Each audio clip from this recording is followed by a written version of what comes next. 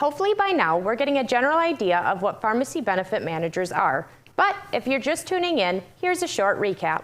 PBMs are groups that manage prescription drug benefits on behalf of health insurers, Medicare Part D plans, and other large employers. In other words, they act as middlemen between payers and pharmacies, making large profits off both. While there are some good ones out there, the many rotten apples are spoiling the industry for everyone. Today we'll be diving a little deeper, talking about patient steerage, drug shortages, and fraud, waste, and abuse, and mail order.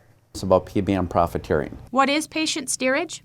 Well, PBMs now own 85% of the market, including their own chain pharmacies and mail order. So, they will force patients to go to their pharmacy to make more of a profit or force a patient to receive their medication through mail order.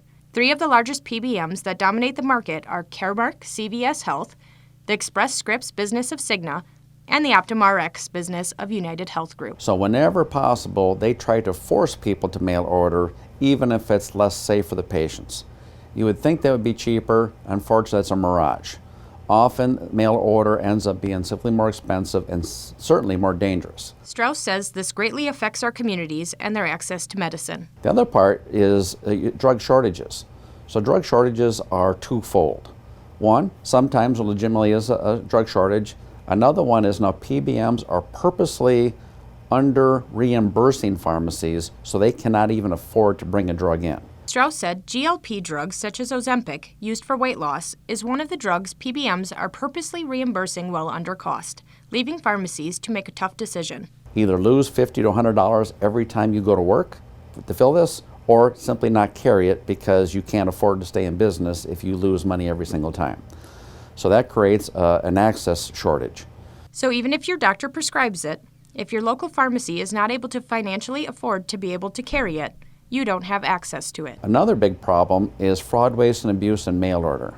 How many of you have actually got excess drugs that you no longer wanted, you asked them to stop, and you kept on receiving and receiving? Or maybe had a loved one that no longer needed a drug or passed away, but the drugs just kept coming. That is items that we all pay for at the profit of PBMs. Becky Conder, a floating pharmacy technician, has dealt with these issues both personally and in her profession. With my husband's employment, we are forced to do mail order. Becky was a patient under the care of Express Scripts Pharmacy.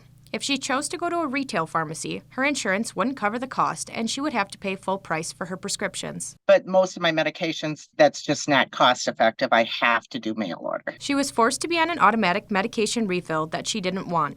She called several times to get off that autofill and said it would stop for 30 days and then continue to show up in the mail, allowing for PBMs to profit off her insurance. At one point on my cholesterol medication, I had a 7-month supply. Becky was also under the care of a cardiologist for her heart. She said she watched the cardiologist while in her appointment discontinue her old medication and send the new one to Express Scripts. Mail order sent me both medications. Now, I work in the pharmacy. I knew I shouldn't take both.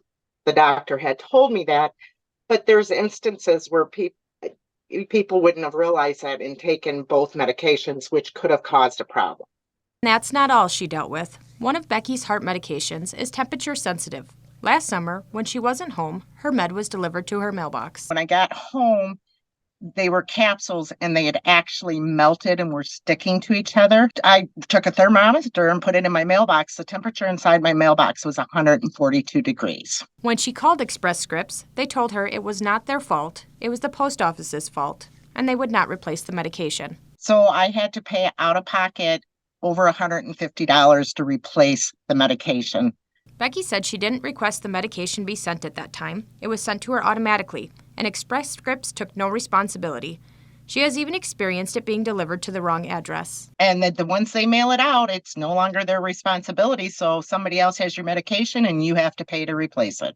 From her perspective, working in a pharmacy and her personal experiences, mail order has caused nothing but trouble and is dangerous for patients. Depending on your needs, it's downright scary. We know what happens, you know what happens. We need a place to be able to document that it happens and then be able to share it with folks who can make a difference, legislators. Patient Protector is to let patients be heard and let legislators know that this is all real. Stay tuned and join me back here tomorrow as we wrap up our discussion on PBM impact.